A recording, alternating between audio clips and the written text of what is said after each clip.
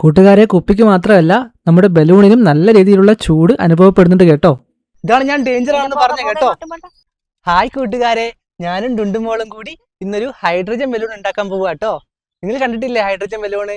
ഈ അമ്പലങ്ങളിലും പള്ളിപ്പറമ്പിലും ഈ ചന്തക്കൊക്കെ പോയാൽ ഇങ്ങനെ മുകളിലോട്ട് ഇങ്ങനെ ഉയർന്നു നിൽക്കുന്ന ഹൈഡ്രജൻ ബലൂണ്. ഹൈഡ്രജൻ ബലൂൺ ഉണ്ടാകുന്നത് അപകട, എനിക്ക് പേടിയാ. അയ്യേ, ഇങ്ങനെ പേടിക്കാൻ വേണ്ടി മാത്രം ഒന്നുമില്ല ഡുണ്ടുമോളെ. കൂട്ടുകാരെ, നിങ്ങൾ എപ്പോഴെങ്കിലും ആലോചിച്ചിട്ടുണ്ടോ എന്തുകൊണ്ടാണ് ഈ ഹൈഡ്രജൻ ബലൂൺ ഇങ്ങനെ മുകളിലോട്ട് ഇങ്ങനെ ഉയർന്നു പോകുന്നതെന്ന്? നിങ്ങൾക്കറിയോ? ഹൈഡ്രജൻ ലോകത്തിലെ ഏറ്റവും ലഘുവായ ഒരു വാതകമാണ്. ഇതിന് നമുക്ക് കൈകൊണ്ട് തൊടാനോ ശ്വസിക്കാനോ മണത്തറിയാനോ ഒന്നും പറ്റില്ല. അതെ അതെ, പെട്ടെന്ന് തീപിടിക്കാനും പൊട്ടിത്തെറിക്കാനും സാധ്യതയുള്ള ഒരു വാതകമാണ്. കൂട്ടുകാരെ, നിങ്ങൾക്കറിയോ ഹൈഡ്രജന്റെ ശാസ്ത്രീയ നാമം എച്ച് എന്നാണ് കേട്ടോ. ഒരു ഹൈഡ്രജൻ ആറ്റത്തിൽ ഒരു ന്യൂട്രോണും ഒരു ഇലക്ട്രോണും മാത്രമേ ഉണ്ടാകൂ. അതുകൊണ്ട് ഏറ്റവും ലളിതമായ ഒരു മൂലകമാണ്. കൂട്ടുകാരെ, നമ്മുടെ സൂര്യനും നക്ഷത്രങ്ങളും കൂടുതലായി ഹൈഡ്രജൻ കൊണ്ടാണ് നിർമ്മിച്ചിരിക്കുന്നത്. വളരെ അപകടകാരിയായ ഒരു മൂലകമായതുകൊണ്ട് നമ്മുടെ വാഹനങ്ങളിലൊന്നും ഹൈഡ്രജനെ ഇന്ധനമായി ഉപയോഗിക്കാറില്ല. പിന്നെ നമ്മുടെ സ്പേസ് ഏജൻസിയായ നാസ ഇല്ലേ, റോക്കറ്റൊക്കെ ബഹിരാകാശത്തേക്ക് വിക്ഷേപിക്കാൻ വേണ്ടി അതിലൊക്കെ ഹൈഡ്രജനെ ഇന്ധനമായിട്ട് ഉപയോഗിക്കാറുണ്ട്. എങ്കിലും ഹൈഡ്രജൻ കത്തുമ്പോഴുണ്ടാകുന്ന H2O അഥവാ വെള്ളം നമ്മുടെ പ്രകൃതിക്കും പരിസ്ഥിതിക്കും ഒക്കെ മലിനീകരണം ഉണ്ടാക്കും. ഒരു അപകടവും ഇല്ലാത്ത ഒരു വാതകമില്ലേ, അതെന്തെന്നേനു? ഉണ്ട്. അതാണ് ഹീലിയം. കൂട്ടുകാരെ, നമ്മുടെ ഹൈഡ്രജനെ പോലെ തന്നെ മുകളിലോട്ട് ഉയരും. പക്ഷെ നിറമില്ല, മണമില്ല, രുചിയില്ല, ഒരു അപകടവും ഇല്ല. പൂർണ്ണമായും സേഫ് ആണ് കേട്ടോ. എന്നാ പിന്നെ നമുക്ക് അതുണ്ടാക്കിയാ പോരെ ടിന്റുമോനെ? പക്ഷേ ഹീലിയം ഉണ്ടാക്കാൻ ചിലവ് കുറച്ച് കൂടുതലാണ്. ഹൈഡ്രജൻ ആണെങ്കിൽ പെട്ടെന്ന് ഉണ്ടാക്കാനും പറ്റും, ചിലവും കുറവാണ്. അപ്പോൾ എങ്ങനെയാണ് ഹൈഡ്രജൻ ബലൂൺ വളരെ എളുപ്പത്തിൽ നമുക്ക് വീട്ടിൽ തന്നെ ഉണ്ടാക്കിയെടുക്കുന്നത് നോക്കാം. പക്ഷേ ഇത് ഭയങ്കര അപകടമാണ്. കുട്ടികൾ ആരും അനുകരിക്കരുതേ. ഞങ്ങൾ ചെയ്യുന്നത് ചെറിയൊരു എക്സ്പെരിമെന്റ് ആയി മാത്രം കാണുക. ഓക്കെ, നമുക്കിവിടെ ആവശ്യമായ സാധനങ്ങൾ. ആദ്യം തന്നെ ഞാനൊരു 4 കുപ്പി എടുത്തിട്ടുണ്ടേ. പ്ലാസ്റ്റിക് ബോട്ടിൽ ആരും ഉപയോഗിക്കാൻ പാടില്ല. കാരണം ഇതിൽ കെമിക്കൽ റിയാക്ഷൻ നടക്കുന്ന സമയത്ത് നല്ല രീതിയിലുള്ള ചൂടുണ്ടാവും. അപ്പോൾ പ്ലാസ്റ്റിക് ബോട്ടിലാണെങ്കിൽ ഉരുകിപ്പോവും. അതുകൊണ്ട് ഞാനൊരു കുപ്പിയാണ് ഇവിടെ ഉപയോഗിക്കുന്നത്. അടുത്തതായി ഡ്രെയിൻ ക്ലീനർ. ഇതിന്റെ ചെറിയ പാക്കറ്റ് കടയിൽ കിട്ടും കേട്ടോ.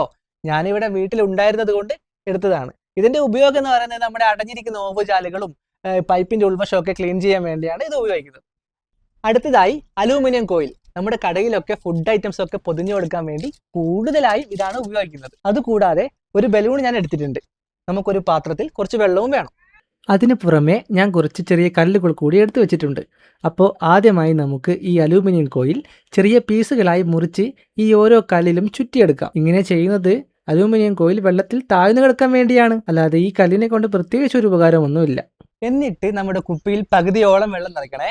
എന്നിട്ട് ഇതുപോലെ അങ്ങ് ഒഴിച്ചു കൊടുക്കുക. ഒരു കാര്യം പ്രത്യേകം ശ്രദ്ധിക്കണം, ഇതിന്റെ പകുതിയെ ഒഴിക്കാൻ പാടുള്ളൂ, ബാക്കി പകുതി സ്ഥലം അവിടെ തന്നെ വേണം. അങ്ങനെ ഇതേ വെള്ളം നിറച്ചെടുത്തിട്ടുണ്ട്. ഇനി നമുക്ക് നമ്മൾ ചുറ്റി വെച്ച അലൂമിനിയം കോയിൽ കുറേശ്ശെ ഇതിലേക്ക് ഇട്ട് കൊടുക്കാം.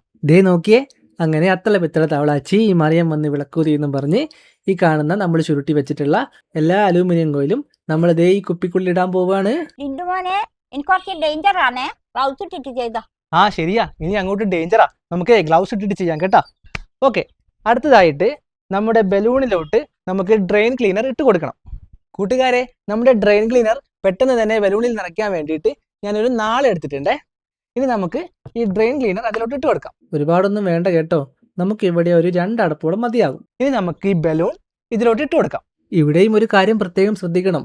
ബലൂൺ ഇടുന്ന സമയത്ത് അത് നല്ല രീതിയിൽ ടൈറ്റ് ആയിട്ടുണ്ടെന്ന് നമ്മൾ ഉറപ്പ് വരുത്തുക. അല്ലെങ്കിൽ അതിൽ നിറയുന്ന ഹൈഡ്രജൻ അതുവഴി ലീക്കായി പോകും. കൂട്ടുകാരെ, നമ്മൾ അങ്ങനെ ഹൈഡ്രജൻ ബലൂൺ ഉണ്ടാക്കാൻ പോവാണ്. എന്തും സംഭവിക്കാം.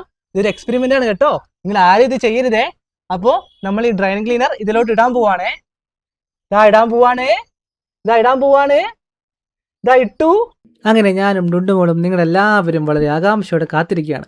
എന്ത് സംഭവിക്കുന്ന അറിയാൻ വേണ്ടിയിട്ടല്ലേ.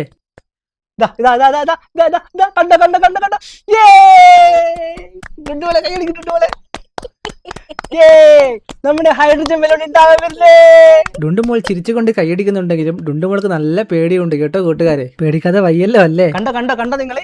ഇതാണ്ടോ കുപ്പിയുടെ ഉള്ളിലൊക്കെ ചൂടായിട്ട് ഇങ്ങനെ ഹൈഡ്രജൻ പ്രൊഡ്യൂസ് ആവുന്നത് നിങ്ങൾ കാണുന്നുണ്ടോ? കൂട്ടുകാരെ, കുപ്പിക്ക് മാത്രമല്ല നമ്മുടെ ബലൂണിനും നല്ല രീതിയിലുള്ള ചൂട് അനുഭവപ്പെടുന്നുണ്ട് കേട്ടോ. ഇതാണ് ഞാൻ ഡേഞ്ചർ ആണെന്ന് പറഞ്ഞ കേട്ടോ.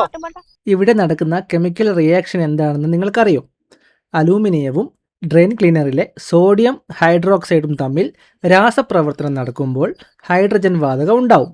അങ്ങനെ പുതിയ രാസവസ്തുക്കൾ രൂപപ്പെടും. അതിൽ നിന്നും കുമിളകൾ പോലെ ഉയർന്നു വരുന്ന ഹൈഡ്രജൻ കുപ്പിക്കുള്ളിൽ നിന്നും ഗ്യാസ് പോലെ പുറത്തോട്ട് വരും. ദാ ഈ കാണുന്നത് പോലെ. ഈ സമയത്ത് കുപ്പിയുടെ ഉള്ളിൽ അതിശക്തമായ ചൂട് അനുഭവപ്പെടും. ചിലപ്പോൾ കുപ്പി പൊട്ടാൻ വരെ സാധ്യതയുണ്ട്.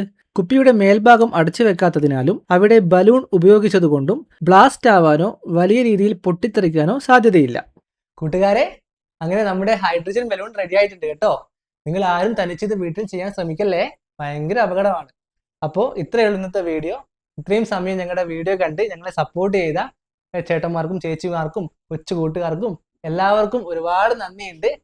ഇനി തുടർന്ന് ഞങ്ങളെ സപ്പോർട്ട് ചെയ്യുക, ലൈക്ക് ചെയ്യുക, അതേപോലെ സബ്സ്ക്രൈബ് ചെയ്യാതെ ആരെങ്കിലും വീഡിയോ കാണുന്നുണ്ടെങ്കിൽ ഇപ്പം തന്നെ സബ്സ്ക്രൈബ് ചെയ്യണേ. എന്നാൽ പിന്നെ ഇതിൽ നല്ലൊരു വീഡിയോ ആയിട്ട് നമുക്ക് വീണ്ടും കാണാം കേട്ടോ.